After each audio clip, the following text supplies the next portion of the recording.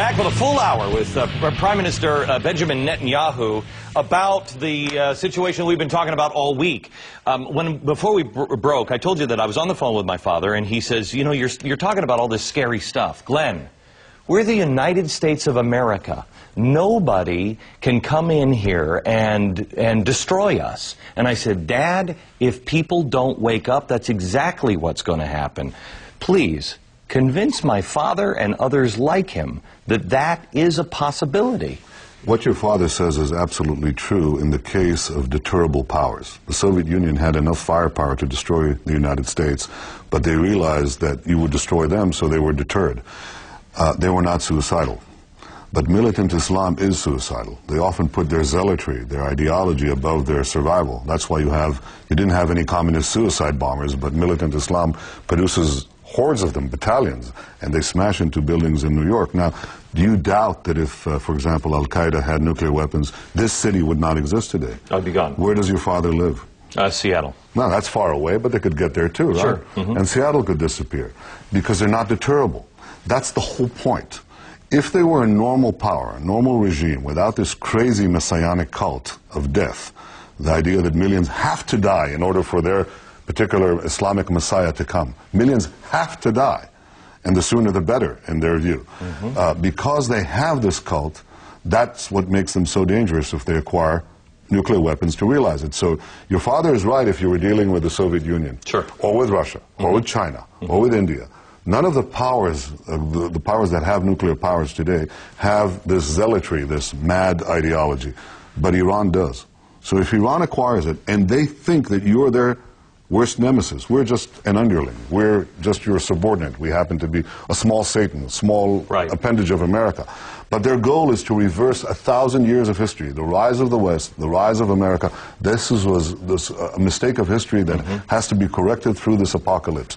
Don't wait for them to realize this. Don't let this David Koresh in Tehran get his hands on atomic weapons so he can test out his theories on us or on you. Okay, I had a conversation with Rush Limbaugh this week, and when you're on his program, you don't usually disagree with him because he's a pretty bright man. And he said, Glenn, I think this is coming, and I think the world is going to change within the next 15 years. And I said, I hate to disagree with you, but I think we may have 3. How long do we have before it is just too late to wake up? There are different estimates, but they all hover between the 2 to 4 or 5 year range. And we may be wrong. We were wrong about North Korea, and it turned out that they could get North Korea. When you say North Korea, you know, North Korea, we said it's unacceptable for North Korea to have nuclear weapons. I think when you know, we saw those pictures of that mountain where they tested. I think when we see the ground rise up in Iran, I think when you see that they've successfully tested a nuclear weapon, I don't think they say, hey, well, I'm going to wait for the UN to tell us. I think they make a call to us and say, get all of your stuff and get out of the Middle East, and then game on. Yeah, well, they'll go a lot further than that, I can tell you. Well, yeah. How long will it take? The estimates could be wrong. I was referring to the fact that people thought that North Korea would take longer to produce a device, the first device. And here, we think, we don't know. The official statement given by the chief of Israeli intelligence, and I can say this because it was publicized, it was said in our Foreign Affairs and Defense Committee in our Knesset, our parliament, he said it'll take them anywhere up to 3 years to cross all the nuclear technology threshold, and then it takes about a year or 2 to weaponize. But this, at most, would give us 5 years. It could very well be next year. Ahmadinejad, the president of Iran, is boasting that he's on an express train. Right. I'm worried about the survival of my country. But so was Czechoslovakia. It was engulfed, and the Jewish people were engulfed by Hitler. So what? That was on the path towards engulfing the world. And when you have this religious fanatic cult, you do not let it aimed hating the United States, wanting to bring down the United States, and anything associated with it, like Israel. You do not let these fanatics get their hands on atomic bombs. And tell your father that they're not deterrable. That's the main problem. They're not deterrable. People have said that I was nuts when I said before we went into Iraq, it ain't about Iraq. This is about Iran. Right, wrong, and why? I think you're right. I think in the larger... there's a pecking order here. I think Afghanistan was the first one. It dispatched al-Qaeda. You got them. Right to do. Mm-hmm. By getting Iraq, you got Libya. Libya dismantled its nuclear program. But Libya and Saddam Hussein's Iraq were essentially neighborhood bullies, very dangerous, very poisonous. But you could either bring down their dictatorship or force them to become reborn, okay, as Gaddafi is trying to be. They are not suicidal. Iran, if you got Iran, you would have folded the entire chain down, and you would have eliminated the most virulent and the most dangerous of the lot. This is a regime that seeks to influence a billion people worldwide, 1 billion Muslims. Now, granted, they're not going to influence 1 billion Muslims, but suppose they influence 10%. That's 130 million or over 100 million people. And it's not merely the ability to incite radicals in every Western capital, or anywhere from San Francisco to Bali, Indonesia, and Bali and even north, south, anywhere.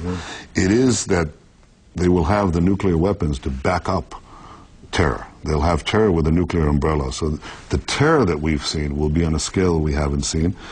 And the greatest terror of all is that they may actually use atomic bombs against our cities and our countries. Okay. More with Prime Minister Benjamin Netanyahu in just a minute. We get to Iraq, and also why so many Jewish people here in America vote for the Democrats.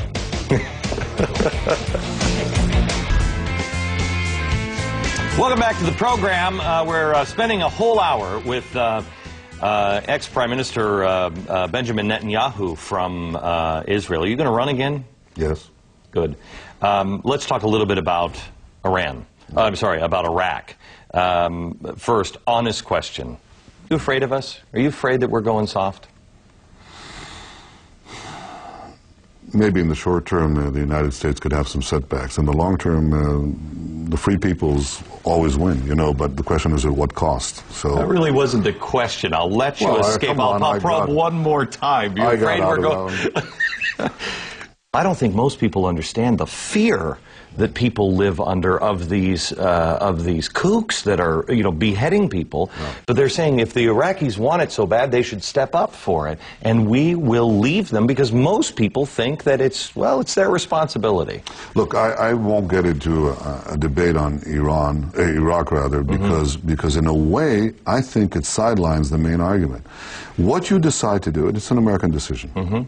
Whether you leave in phases, you leave with a timetable, you leave with no timetable, you stay in Iraq, okay? Either way, if Iran acquires nuclear weapons next door, you lose Iraq.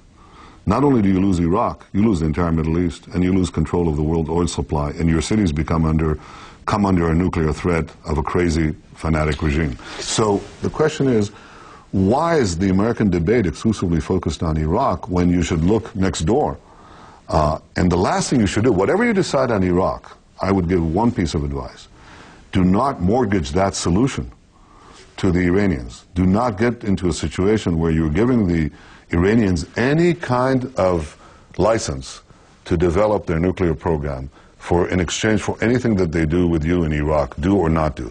You should stop the Iranian nuclear program because it is a great threat to the security of the world and the security of the United States. Let me give you my biggest fear.